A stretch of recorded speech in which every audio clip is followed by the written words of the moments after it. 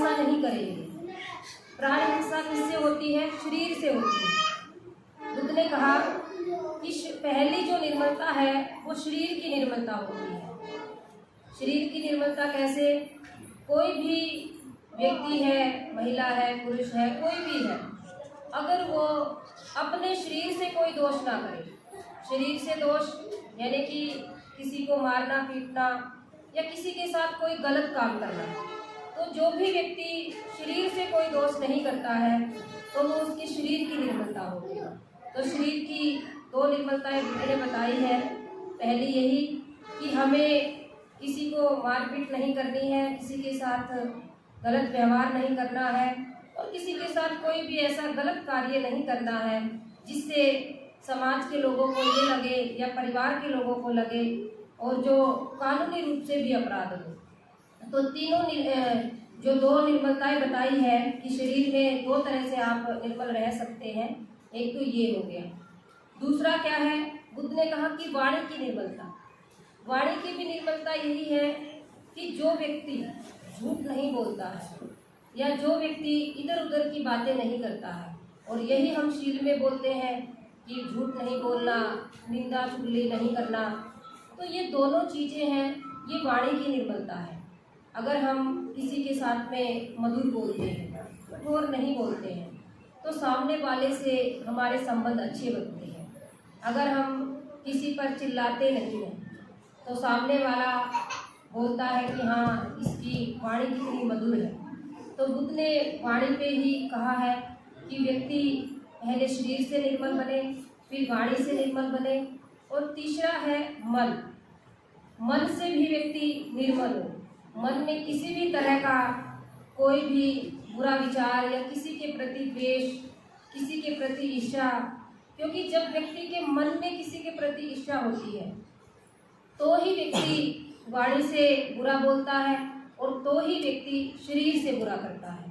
तो सबसे पहले जो काम करना है वो मन पर करना है।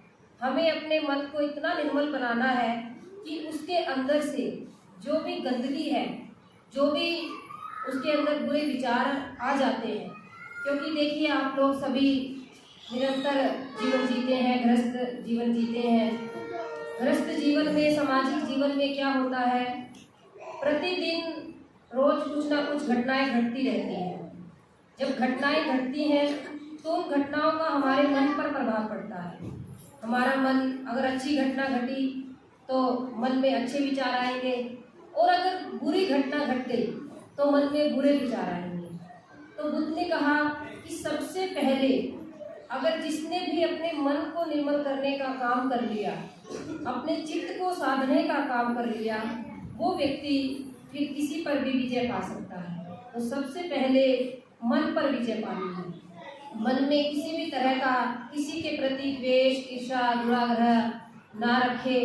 ये ना आए कि उसने तो इतना बड़ा ये कर लिया, इतना बड़ा घर बना लिया, मेरे पास तो है ही नहीं, उसने तो इतनी बड़ी गाड़ी ले ली, मेरे पास तो है ही नहीं।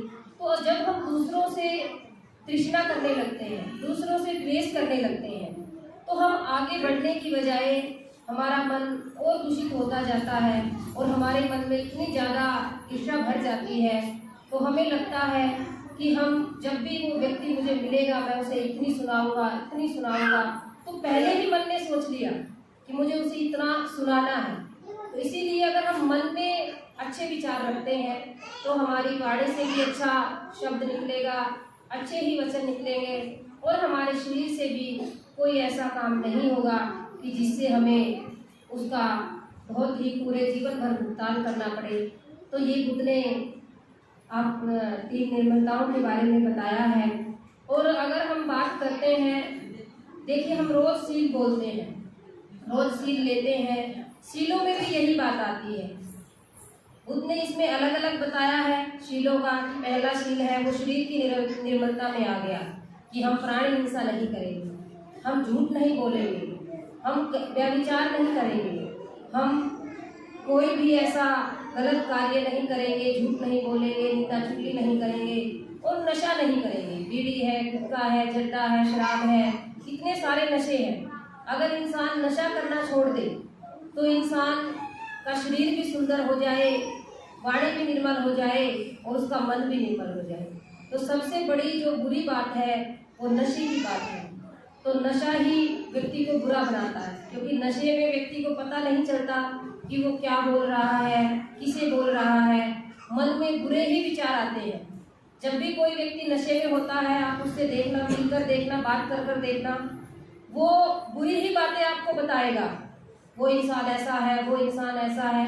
क्यों? क्योंकि जो अंदर गया हुआ है, अंदर जो नशा है, वो नशा बुरा है। और नशा बुरा है तो मन के विचार बुरे हो गए, और मन के विचार बुरे हो गए तो वाणी बुरी हो गई, और वाणी बुरी हो गई तो शरीर का जो भी आप कार्य करेंगे वो बुरा ही करेंगे। तो इसीलिए प्रबुद्ध उपासक उपासिकाओं, नन्हे मुन्ने बच्चों, इस बात को हमें समझना है और अपने आचरण में उतारना है कि सामने वाला चाहे कैसा भी हो, लेकिन हमें बुद्ध के विचारों को मानते हुए इन तीनों बातों का कड़ाई से पालन करना है और इन तीनों बातों पर चलना है। तभी हमारा जीवन सुखमय होगा, हमारे जीवन में सुख शांति आएगी। सभी का मंगल हो। भवतु सर्वमंगलम्।